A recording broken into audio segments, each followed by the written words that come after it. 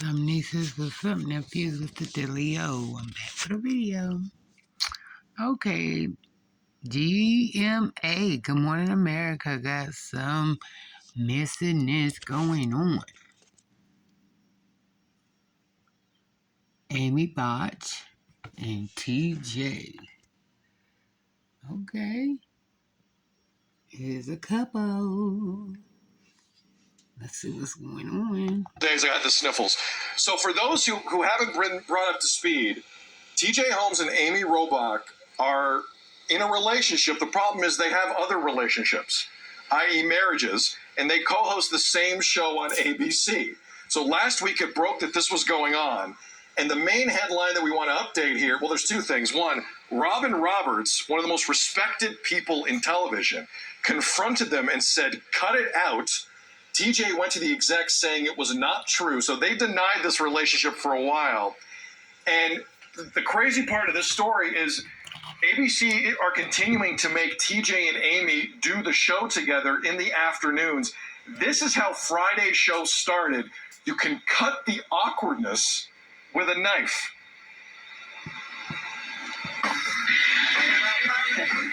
Hey there, everybody. Good afternoon. Welcome to GMA3. What you need to know on this Friday.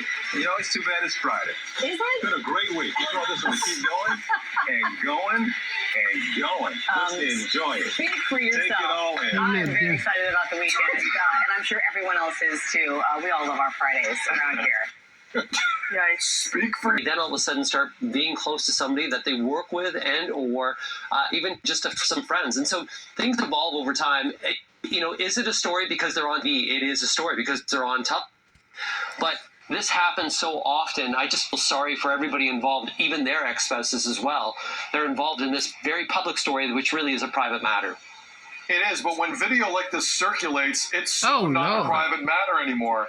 FISA won. You smacked the don't know booty, how the did video is. You don't know how the video was taken either. You don't know if somebody, they didn't know that the video was there. It looked like, Frank, I can tell you right now how it was taken. I can tell you right now, some guy at the end of the bar was looking at his phone and filming, and those two have no idea what's going on. Or some private investigator. Somebody was hired. You don't know if somebody was hired. You don't have to be an old school private investigator to have an iPhone and just look like you're sifting through it at the other end of the bar and just nab anyone you see fit. Exactly. So you have no privacy? So you have no privacy? No, I'm not saying that. I'm not saying that. What I'm saying is I'm surprised that two people who wanted to keep something like that a secret weren't really keeping it a secret. But I'm with you, Frank. It happens a lot. It does happen a lot. Unless they were out of their...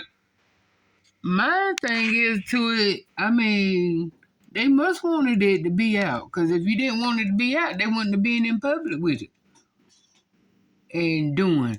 They know they famous. They know the paparazzi's out here. So, I mean, they got tired of hiding. Because something that you don't want to put out there to the public, you ain't got to put it out there. There's ways around it.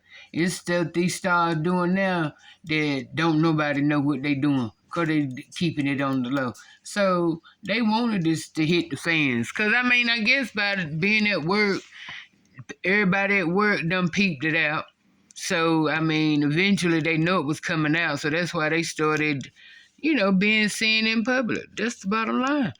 Yeah, it's their business, but it's, I mean, they part of America. Good Morning America. So, literally, it's our business too. Whether they like it or not. Marriage at that point. I don't think they were out of their marriage. Yeah, they out of their marriage. Maybe on private was. I don't think they were out of their marriage at that time. We don't know, right? No, we don't know. But the backlash we're hearing from behind the scenes would indicate they weren't out of their marriages at that point. FISA, is this a story to you? I think it's a story to a certain extent. If you've been on Twitter and you've been reading what people have been saying, viewers in general, specifically I'm talking about, TJ Holmes has said a lot of things in the past. He was preaching in the case of, and I don't want to bring it up, but I do, Will Smith, for example, talking about what he did was wrong and kind of passing judgment there. So now you have people calling him out in the same fashion about what he said and holding him accountable. That's one. The second thing is, when you're in a position of being a reporter or a journalist, there's some sort of, or there is an expectation of that public trust there. But the sad part is that there are families involved here on a more serious tone. You know, they were laughing in that clip there, but there are families involved, and I can't help but think what life is like behind closed doors for those families who now are at the center of this scandal. Oh, So I didn't really hear JP's comments overall, but It was amazing. at the end of the day, they're two people. Things, yeah, JP, you're always amazing.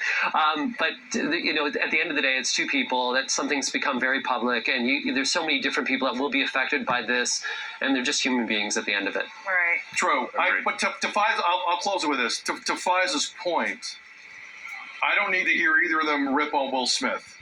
Because at the end of the day, no one's perfect. I think we've established this in life. Yeah. Right. And things happen. Right. But when you're in the chair on ABC, it's a major profile. Okay, it's a major spotlight, and I don't think it's a nothing story